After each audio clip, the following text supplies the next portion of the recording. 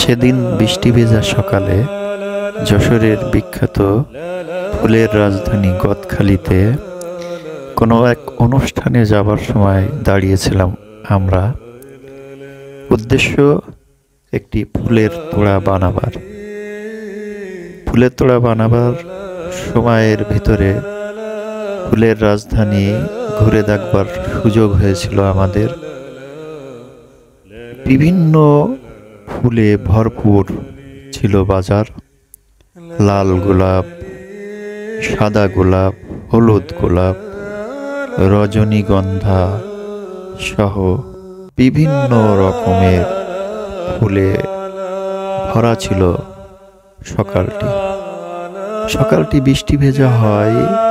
ক্রেতার সমাগম কিছুটা কম ছিল।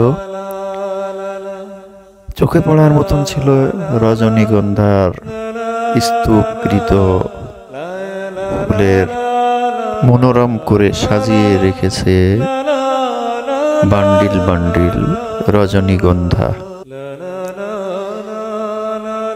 দেখতে মনোলোভা। এরই ফাঁকে একটি মৌমাছি নিরলস ভাবে রজনীগন্ধা থেকে মধু আহরণে আপ্রাণ চেষ্টা করে যাচ্ছে। মনে হয় কোনো দিকে খেয়ালই নেই তার, মধু সংগ্রহে ব্যস্ত সে।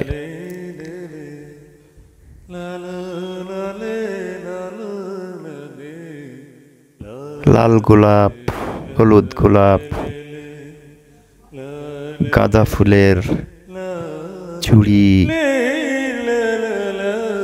কি মনোরম দৃশ্য। ভ্যানে করে অনেক দূর থেকে রজনীগন্ধা গোলাপ নিয়ে বিক্রেতা বসে আছে খরিদ্দারের আশায়। বিশেষ করে রজনীগন্ধা ফুলই এদিন বাজারে চোখে পড়ার মতন ছিল। লাল গোলাপ ক্ষেত থেকে সদ্য তুলে এনেছে কৃষক খরিদ্দারের আশায়। কখন আসবে কাঙ্ক্ষিত খরিদ্দার? খুব সুন্দর করে সাজিয়ে রেখেছে কৃষক তার ফুলের তোড়া, দৃষ্টিনন্দন করে সাজিয়ে রাখা। এজন্য এক নিদারুণ অপেক্ষা, কখন বিক্রি হবে ফুল। এরই ভিতরে কেনাবেচা চলছে। হয়তোবা দামে মিলছে না, তাই এরকম ঠেলাঠেলি।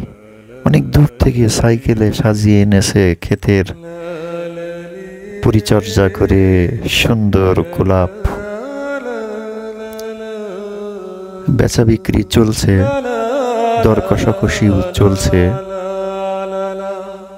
এই যে সাদা গোলাপ, লাল গোলাপ নিয়ে বসে আছে। ইসরায়েল আরাফাতও পরিদর্শন করতে এসেছে ফুলের বাজার। হলুদ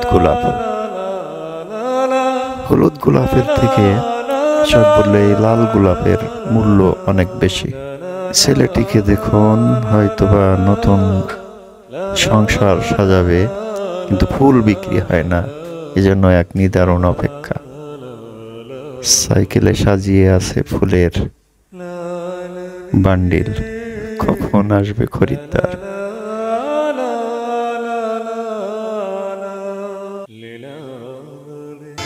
ভাই এটা কি ফুল ভাই? হ্যাঁ, জারবারা। এটা কি আমাদের দেশে না বিদেশি ফুলের? এটা মূলত কোন দেশে হয়?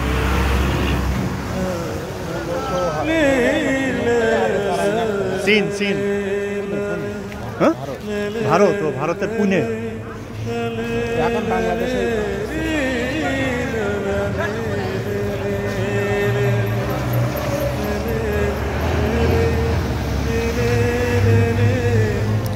আমরা সকলে অপেক্ষায় আছি কখন আমাদের ফুলের তোড়া তৈরি শেষ হবে এবং আমরা গন্তব্যে চলব। অবশেষে ফুলের তোড়াটি তৈরি হয়েছে। আনোয়ার মূল্য পরিশোধ করতে চাচ্ছে। এই যে আমাদের তৈরিকৃত ফুলের তোড়া। আমরা যেখানে যাচ্ছি সেখানে এটাই বিশেষ একটা উপহার হিসাবে ব্যবহার করব। তবে আমাদের মনে হয়েছে যে যশোর থেকে ফুলের তোড়াটি নিলে এখানকার দামের অর্ধেকে পাওয়া যেত বলে আমাদের যারা ফুল কিনায় বিশেষজ্ঞ তাদের মন্তব্য। তারপরেও ফুলের রাজধানী থেকে ফুল নেওয়ার গুরুত্বই আলাদা।